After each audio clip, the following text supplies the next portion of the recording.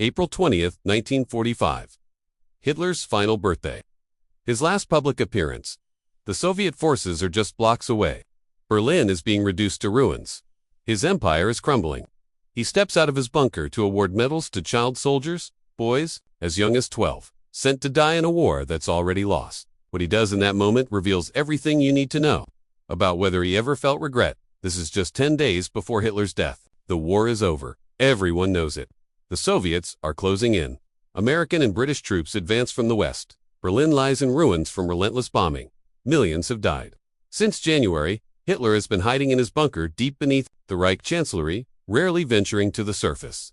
But on his birthday, he makes one last public appearance. Captured on film, you can watch it today. He shuffles out into the Reich Chancellery garden, trembling and hunched, barely recognizable as the man who once commanded massive rallies. He pins iron crosses on the chests of Hitler Youth children, boys who will be dead within days, sent to face Soviet tanks with nothing but rifles. Does he tell them to go home? To survive? To save themselves? No. He praises their bravery and sends them back to die. To understand if Hitler ever felt remorse, we must look further back to an obsession rarely discussed. While the war raged and millions perished, Hitler spent hours doing something strange, sitting in his bunker, staring at architectural models, miniature buildings, planned grand boulevards, envisioning Germania, a fantasy city that would never exist. This was supposed to be Hitler's masterpiece, a total redesign of Berlin into the most spectacular capital the world had ever seen. Massive domed structures, grand boulevards wider than Paris's, architecture meant to last 1,000 years. His architect, Albert Speer, created detailed scale models, and Hitler would spend entire evenings studying them, rearranging miniature buildings, plotting his perfect city. This wasn't in 1938 when Germany was winning. This was in 1944 and 45. As his armies were being crushed on the Eastern Front, Jews were being murdered in concentration camps, and German cities were bombed to rubble. Yet he was playing with toy buildings. Because in Hitler's mind, this was the point. The war, the conquests, the Holocaust all served to build his perfect world. Germania was to be the crown jewel. So when the Allies bombed Berlin, destroying the city he planned to rebuild, how did he react? According to Albert Speer's post-war testimony, Hitler's reaction was chilling. He wasn't devastated by the deaths. He wasn't mourning families buried beneath rubble. He wasn't thinking about the civilians suffering in the streets. Speer reported that Hitler saw the bombing through the lens of his architectural plans. The old Berlin needed to be cleared for Germania. The destruction of existing buildings would make his grand redesign easier to execute. Not horrid human suffering, not guilt for bringing destruction on his own people. Just cold calculation about his building project. Those weren't homes to him. They were obstacles to his vision. And this pattern continued right to the end. Back to April 20th. That final public moment. The film shows everything you need to see. Hitler emerges from the bunker. His left arm shakes uncontrollably. His face is pale. He looks decades older than 5'6". He moves down a line of Hitler Youth, boys in oversized uniforms, some terrified, all sent to face Soviet tanks.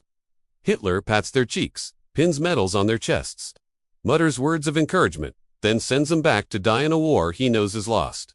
Then he retreats underground. That's it.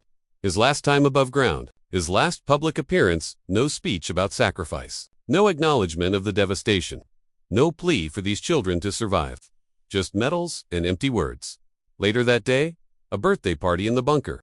Witnesses say the conversation wasn't about the millions dead or how to end suffering. Hitler talked about betrayal, how his generals had failed him, how the German people weren't strong or pure enough for his vision. One officer described it as watching a man mourn, not the death of millions, but the death of his own ego.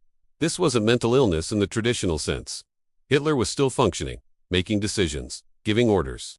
He knew what was happening. He just fundamentally did not care about others' suffering. There's a psychological term for this. Grandiose narcissistic personality disorder combined with ideological fanaticism. First, someone who truly believes they are special, chosen, destined for greatness. That's the narcissism. Then add a rigid ideology, a worldview dividing the world into us versus them, pure versus impure, worthy versus unworthy. That's the fanaticism. Finally, give that person absolute power. No checks, no balances, no one who can say no. The result? Someone who can commit genocide and sleep peacefully because in their mind, they're not killing people, they're clearing obstacles, removing threats to the vision. Hitler looked at destroyed Berlin and saw ruined architecture. not ruined lives. He looked at the Holocaust and saw a solution, not murder. He looked at child soldiers and saw necessary sacrifices, not victims. This is how dictators think. The ideology becomes more real than reality. The vision becomes more important than human beings. April 29, 1945. Hitler's last full day alive. The Soviet army is literally blocks away. Gunfire echoes above the bunker. The ceiling shakes from artillery blasts. Hitler knows death is imminent. He's already made his decision. Tomorrow, he will marry Eva Braun. Then they will both take poison. This is the moment if there was any humanity left, any chance for reflection, any ability to see what he had done and feel remorse, it would be now. So what does he do? He dictates his political testament, his final message to the world. Historians have preserved every word. Does he apologize? Does he express sorrow for the war, the Holocaust, the 50 million lives lost? No. He blames the Jews.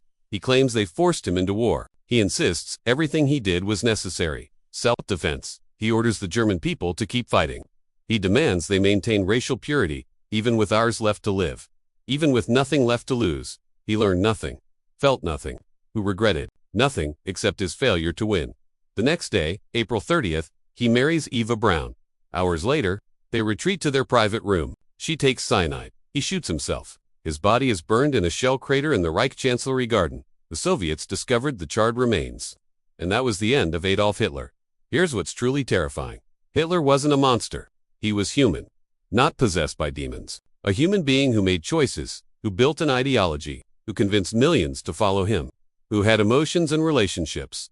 That human looked at the destruction he caused and felt nothing, not because he couldn't feel. He cried it up. He loved his dog. He had affection for Eva Braun. He was capable of feelings, but he couldn't feel empathy for people he deemed unworthy. And over time, that category expanded until it included everyone who wasn't useful to his vision. This is the real horror. Not that monsters exist, but that ordinary humans can become monsters through ideology, power, and convincing themselves their cause justifies any action. Most of us never get absolute power. Most of us have empathy to check our worst impulses. Most of us live in societies with rules. But remove those constraints, and history shows what humans are capable of. So, did Hitler feel regret? No, not once, not even a flicker. He died, believing he was right, believing history would vindicate him, believing the world had failed him, not the other way around. And this pattern didn't die with Hitler. Leaders today exist who'd rather see millions suffer than admit they're wrong, who view human lives as statistics in service of ideology. The ideology changes. The rhetoric changes. The targets change. But the core pattern, vision over humanity, ideology over empathy, power without remorse, continues. That's why this question matters. Not to understand Hitler alone, but to recognize the pattern, to see the warning signs. Because if we don't recognize it, we can't stop it. And history will repeat. Hitler pinned medals on children and sent them to die. He spent his final days studying architectural models while Berlin burned. He dictated his last words. Without an ounce of apology, he died, convinced the world wasn't worthy of his vision. That's the answer? Not regret for what he did, only regret that he lost. Because in his mind, other people's lives never mattered. The vision was everything. The ideology was everything. His place in history was everything. And everyone else? Just obstacles in the way. Think about someone who can never admit they're wrong. Now imagine giving that person absolute power. Scary, right? Drop your thoughts in the comments.